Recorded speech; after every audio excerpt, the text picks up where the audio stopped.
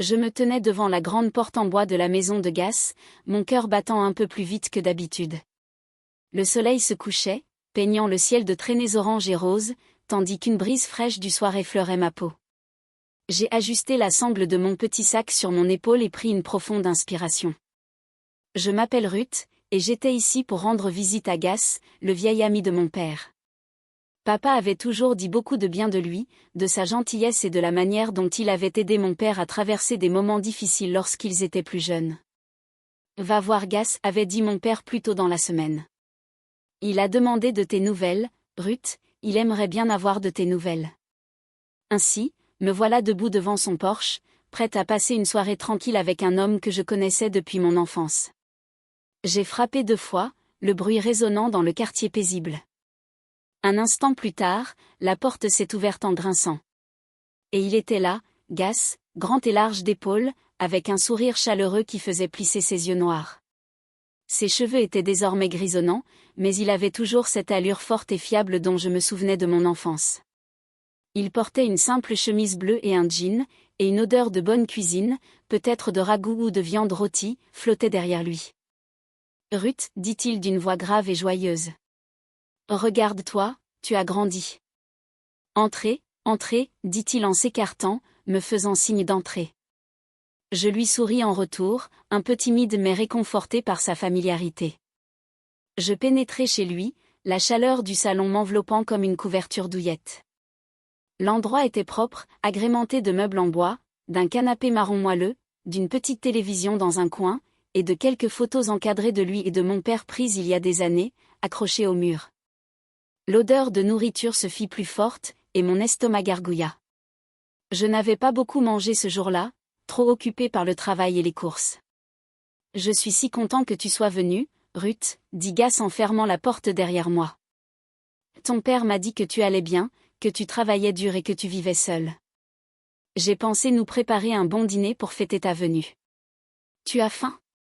J'ai hoché la tête, l'eau à la bouche. Oui, merci, Gas. Ça a l'air délicieux. Il me conduisit à la salle à manger. Une petite table était dressée pour 2 personnes avec des assiettes, des verres et une cruche d'eau. Une casserole d'eau fumante trônait au centre, à côté d'une assiette de poulet grillé et d'une corbeille de pain moelleux et chaud. J'ai écarquillé les yeux en voyant le festin. Ça ressemblait à un banquet, bien plus que ce à quoi je m'attendais pour une simple visite. Là, assieds-toi, m'a-t-il exhorté en tirant une chaise. Je me suis assise, un mélange de gratitude et de surprise. Gas faisait tout son possible pour que je me sente la bienvenue, et j'ai apprécié. Nous avons discuté pendant qu'il servait, remplissant mon assiette de poulet tendre et d'une généreuse louche de ragoût. Il m'a demandé comment se passait mon travail à la boulangerie du coin, si j'aimais vivre dans mon petit appartement, et si j'avais voyagé dans des endroits sympas ces derniers temps. Je lui ai parlé de mes longues journées à préparer du pain, des clients amusants qui venaient, et de mes économies pour un voyage sur la côte. Il m'a écouté, hochant la tête et souriant, le regard chaleureux et attentif. C'était agréable de discuter, de renouer avec quelqu'un qui connaissait si bien ma famille. La nourriture était incroyable. Le ragoût était riche en carottes, pommes de terre et épices, et le poulet fondait dans la bouche. Je n'ai pas pu m'empêcher de le complimenter. Ah, c'est incroyable. Où as-tu appris à cuisiner comme ça? Demandai-je en prenant une autre bouchée de pain. Il rit, un léger grondement. Des années de pratique, Ruth. Quand on vit seul un moment, on apprend quelques astuces. Je suis content que ça te plaise. Il me servit un verre d'eau, et nous continuâmes à parler de mon père, de leurs anciennes aventures, et de la façon dont leur vie avait changé depuis leur enfance. La soirée fut agréable et confortable, comme si nous étions assis chez un oncle ou un ami de confiance. Je me détendis, savourant le repas et la compagnie. Quand nous eûmes fini de manger, je me laissai aller dans mon fauteuil, repue et satisfaite. Merci beaucoup, Gas, c'était le meilleur repas que j'ai eu depuis longtemps, dis-je en souriant. Je jetai un coup d'œil à ma montre, 20h47. Il se faisait tard, et je devais travailler tôt le lendemain matin. Je devrais probablement rentrer bientôt, ajoutai-je en me levant. Mais soudain, j'entendis un clic sourd et ferme. Gas s'était levé aussi, et il était maintenant près de la porte d'entrée, la main sur la serrure. Il tourna la clé, verrouillant la porte, et mon estomac se tordit légèrement. Je me figeai, la main toujours sur le dossier de la chaise, à le regarder. Son sourire était toujours là, mais il avait l'air différent, moins chaleureux, plus intense. Il se tourna vers moi, sa grande silhouette bloquant l'accès à la porte. « Tu ne pars pas ce soir, Ruth, dit-il d'une voix calme mais assurée, comme s'il avait déjà pris sa décision. Mon cœur fit un bond, et je ressentis un frisson de malaise me parcourir l'échine. Je ris nerveusement, espérant avoir mal entendu ou mal compris. « Que veux-tu dire ?» demandai-je, la voix un peu tremblante. « Il se fait tard, Gas. Je travaille demain. Je devrais vraiment y aller. » Il ne bougea pas d'un pas de plus. Ses yeux étaient rivés sur les miens. « Non, Ruth, tu restes ici avec moi. » Ces mots restèrent suspendus dans l'air, lourds et inflexibles. Je sentis mon souffle se bloquer dans ma gorge. Ce n'était pas le Gas que je connaissais, l'ami gentil et doux de mon père. C'était quelqu'un d'autre, quelqu'un que je ne reconnaissais pas. Je fis un pas en arrière, mon esprit s'emballant. Que se passait-il? Était-ce une blague? Mais le regard dans ses yeux me dit que ce n'était pas le cas. « Gas, s'il te plaît, dis-je en essayant de garder une voix calme. J'ai apprécié le dîner, mais je dois rentrer. Ouvre la porte. » D'accord. Mes mains tremblaient légèrement, et je serrai mon sac plus fort, comme s'il pouvait me protéger. Il secoua la tête et se rapprocha. « Tu ne comprends pas, Ruth? Je t'ai vu grandir. Je t'ai vu devenir cette femme belle et forte. J'ai attendu longtemps pour ça. Ce soir, c'est juste toi et moi. » Ces mots me firent froid dans le dos, et je sentis mon estomac se nouer. Ce n'était pas bien. Je ne voulais pas ça. Je reculai encore d'un pas, heurtant la table, les assiettes cliquetant doucement. « Gas, stop, dis-je plus fort cette fois, d'une voix ferme malgré la peur qui s'insinuait. Je ne veux pas ça. Je suis venu ici pour te rendre visite, pour prendre des nouvelles, c'est tout. S'il te plaît, laisse-moi partir. » Mes yeux parcoururent la pièce, cherchant une autre issue, une fenêtre, une porte de derrière, mais les rideaux étaient tirés, et la disposition de la maison m'était inconnue. Et elle soupira, passant une main dans ses cheveux grisonnants, mais il ne recula pas. « Ruth, écoute-moi, dit-il d'un ton plus doux, presque suppliant. Tu es spéciale. Je l'ai toujours pensé. Ton père est mon meilleur ami, et je ne te ferai jamais de mal. Je veux juste qu'on soit proches, plus proches que tu ne le penses. On peut faire quelque chose de bien ici, juste nous deux. Personne n'a besoin de savoir. » Mon cœur battait fort, et je sentais un mélange de peur et de colère monter en moi. « Non, Gas, dis-je d'une voix tremblante mais forte. Je ne veux pas ça. Je m'en vais. Déverrouille la porte maintenant. » Je m'avançai vers lui, essayant d'avoir l'air courageuse, mais il ne bougea pas. Au lieu de cela, il fouilla dans sa poche et en sortit un petit paquet carré, un préservatif. Mon souffle s'arrêta, et mon esprit tourna. Il avait tout planifié. Il était prêt avant même mon arrivée. Le dîner, la gentillesse, tout cela n'était qu'un coup monté. Je me sentais mal, trahi et piégé. « Ruth, détends-toi, dit-il en brandissant le paquet comme pour me rassurer. J'ai une protection. Ce sera en sécurité. Tu verras, ce sera bien. Fais-moi juste confiance. » Il fit un autre pas, comblant l'écart entre nous, et je sentis le bord de la table me presser le dos. La panique m'envahit, mais je me forçai à réfléchir. Je ne pouvais pas laisser ça arriver. Je ne le ferai pas. « Non !» criai-je en le dépassant, les mains tremblantes tandis que j'essayais d'atteindre la porte. Mais il était plus rapide, plus fort. Il me prit le bras, pas assez fort pour me faire mal, mais assez fermement pour m'arrêter. Je me dégageai brusquement, mon sac glissant de mon épaule et heurtant le sol avec un bruit sourd.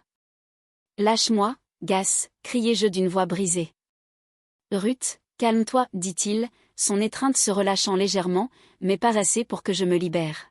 « Écoute-moi, tu es là, je suis là. Nous sommes des adultes. On peut y arriver. Tu pourrais même aimer ça. Personne ne le saura. Ton père, tes amis, personne. C'est notre secret. Je le fixais, la poitrine haletante. Mon esprit était un tourbillon de peur, de colère et d'incrédulité. C'était Gas, l'ami de mon père, un homme en qui j'avais confiance, un homme que je connaissais depuis l'enfance. Comment avait-il pu faire ça? Comment pouvait-il penser que c'était acceptable? J'avais envie de crier, de me battre, de fuir, mais j'étais coincée. La porte verrouillée, une barrière entre moi et la liberté. Je sentis les larmes me monter aux yeux, mais je clignais des yeux pour les retenir. Je ne pleurerai pas, pas ici, pas maintenant. Puis quelque chose changea en moi. J'arrêtai de lutter, mon corps s'immobilisant.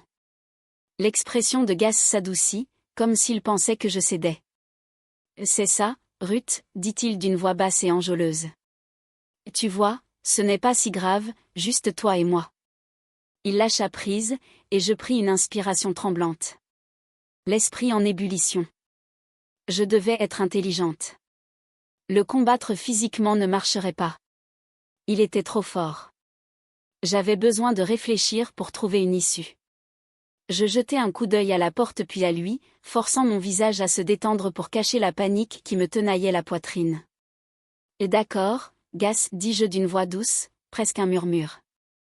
Tu as raison, nous sommes des adultes. Peut-être que j'ai réagi de manière excessive. Les mots avaient un goût amer dans ma bouche, mais je persistais, voyant son visage s'illuminer d'un mélange de soulagement et d'excitation. Je peux juste aller aux toilettes d'abord? J'ai besoin d'une minute pour me rafraîchir. Il hésita, ses yeux cherchant les miens, puis hocha la tête. Et bien sûr, Ruth, c'est au bout du couloir, première porte à droite. Il recula, me laissant de l'espace, et je forçai un petit sourire, mon cœur battant si fort que j'étais certaine qu'il pouvait l'entendre. Je ramassai mon sac par terre, les mains tremblantes, et je me dirigeai lentement vers le couloir, sentant son regard sur mon dos. Je devais rester calme et réfléchir rapidement. La salle de bain était petite, avec une seule fenêtre au-dessus du lavabo. Je verrouillai la porte derrière moi, ma respiration devenant rapide et superficielle. J'ouvris le robinet pour étouffer tout bruit, et montai sur le comptoir. Mes doigts tâtonnèrent avec le loquet de la fenêtre. C'était raide, vieux et coincé, mais je poussai de toutes mes forces, mes bras tremblants. Finalement, il bougea, s'ouvrant juste assez pour que je puisse me faufiler à travers. Je jetai un coup d'œil vers la porte, à l'écoute de Gas, mais tout ce que j'entendis était le faible bruit de ses mouvements dans la cuisine. Peut-être en train de nettoyer, peut-être en train de m'attendre. Je n'avais pas le temps de réfléchir. Je jetai mon sac par la fenêtre, et passai à travers, me raclant le genou sur le cadre en tombant au sol à l'extérieur. L'air frais de la nuit me frappa le visage, et je courus, les jambes tremblantes mais alimentées par l'adrénaline. Je ne regardai pas en arrière, et ne m'arrêtai pas jusqu'à atteindre la rue, mon sac rebondissant contre mon flanc. Mon téléphone était à l'intérieur. Je pourrais appeler quelqu'un, n'importe qui pour obtenir de l'aide. Mais alors que je cherchais à tâtons, les mains tremblantes, j'entendis des pas derrière moi. Mon cœur se serra. Ruth. C'était Gas, qui hurlait presque, d'une voix aiguë mais pas assez forte pour attirer l'attention. Je me retournai et le vis au bord de sa cour, son visage exprimant un mélange de frustration et d'inquiétude. Reviens, Ruth, parlons-en. N'en fais pas tout un plat. Je n'ai pas répondu. Je courus juste plus vite, mes chaussures martelant le trottoir, mon souffle se bloquant dans ma gorge. Je me précipitai dans une rue latérale, mes yeux scrutant les lumières à la recherche de personnes en sécurité. Une station-service brillait au loin, son enseigne au néon ressemblant à un phare. Je fis irruption dans la porte, faisant sursauter un jeune homme aux yeux écarquillés. « S'il vous plaît, dis-je d'une voix tremblante.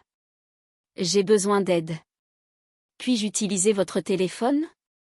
J'ai besoin d'appeler quelqu'un. » Il hocha la tête et me tendit un téléphone sans fil derrière le comptoir, le visage marqué par l'inquiétude. Je composai le numéro de ma meilleure amie, Sarah, mes doigts tremblants sur les chiffres. « Ruth, qu'est-ce qui ne va pas ?» La voix de Sarah était endormie, mais elle s'éveilla immédiatement en entendant ma respiration saccadée. « Sarah, j'ai besoin que tu viennes me chercher, murmurai-je en jetant un coup d'œil par la fenêtre pour m'assurer que Gas n'était pas là. Je suis à la station-service d'Elm Street. Dépêche-toi. Je lui donnai les détails, mes mots jaillissants, et elle promit d'être là dans 10 minutes. Je raccrochai, les mains encore tremblantes, et me laissai tomber sur le sol derrière le comptoir, le commis me regardant avec inquiétude.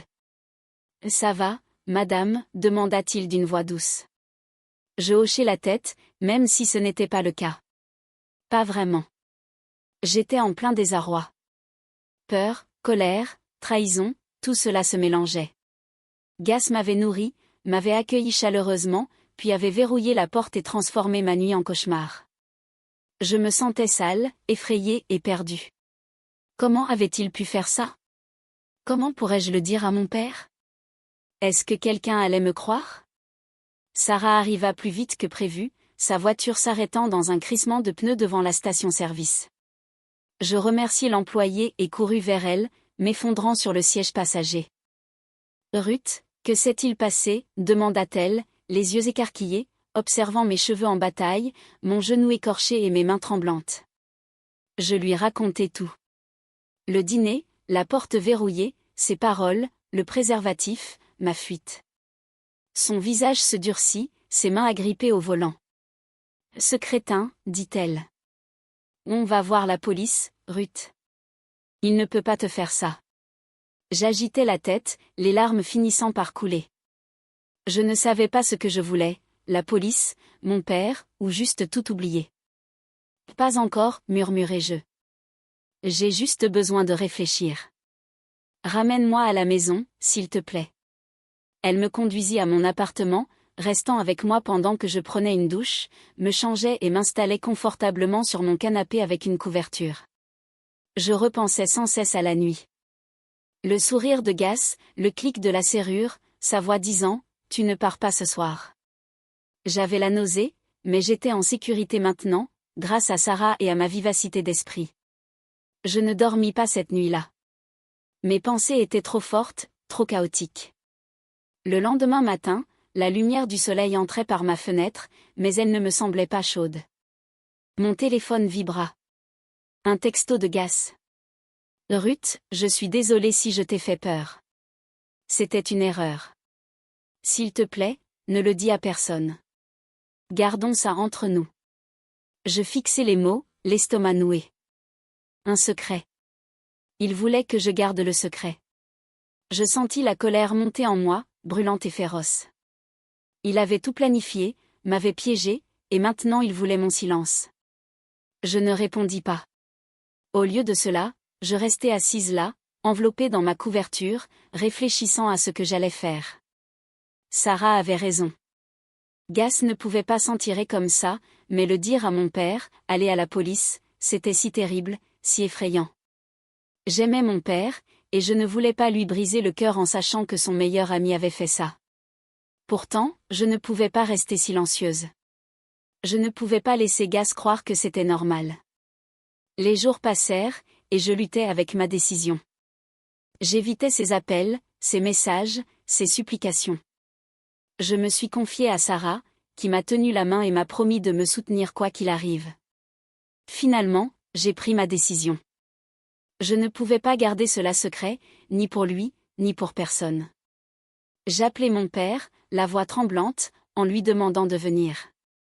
Lorsqu'il arriva, son visage familier et bienveillant empreint d'inquiétude, je pris une grande inspiration et lui racontai tout.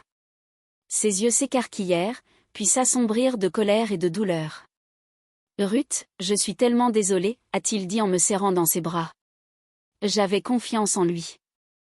Je n'y ai jamais pensé. Je suis là pour toi, chérie. Nous allons gérer cela ensemble. Cet après-midi-là, nous sommes allés voir la police.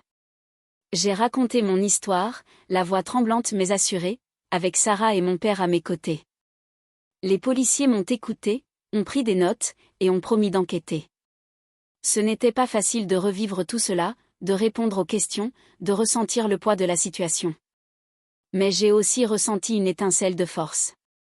Je m'étais échappée. J'avais parlé, et je ne laisserai pas les actes de Gas me définir. Les semaines se sont transformées en mois. La police a interrogé Gas, et bien qu'il ait tout nié au début, les preuves, mes messages, la déclaration du caissier et les éraflures sur mon genou ont constitué un dossier. Ce n'était pas simple ni rapide, mais j'ai persévéré, soutenu par mon père, Sarah et un thérapeute qui m'a aidé à gérer la peur et la trahison. Gas a fini par admettre avoir mal interprété la situation, mais je connaissais la vérité, et les personnes importantes aussi. Un soir, alors que j'étais assise sur mon canapé au coucher du soleil, j'ai ressenti un léger changement en moi. Je n'étais plus la même. La Ruth qui était entrée chez Gas ce soir-là, naïve et confiante, avait évolué. J'étais plus forte, plus courageuse, et je m'étais battue pour moi-même. Le chemin qui m'attendait était encore long, audience, guérison, rétablissement de la confiance. Mais je n'étais pas seule. J'avais ma famille, mes amis et ma propre voix, forte et claire. Gas m'avait nourri, verrouillé la porte et tenté de me prendre quelque chose, mais je l'avais repris, mon pouvoir, mon histoire, ma vie.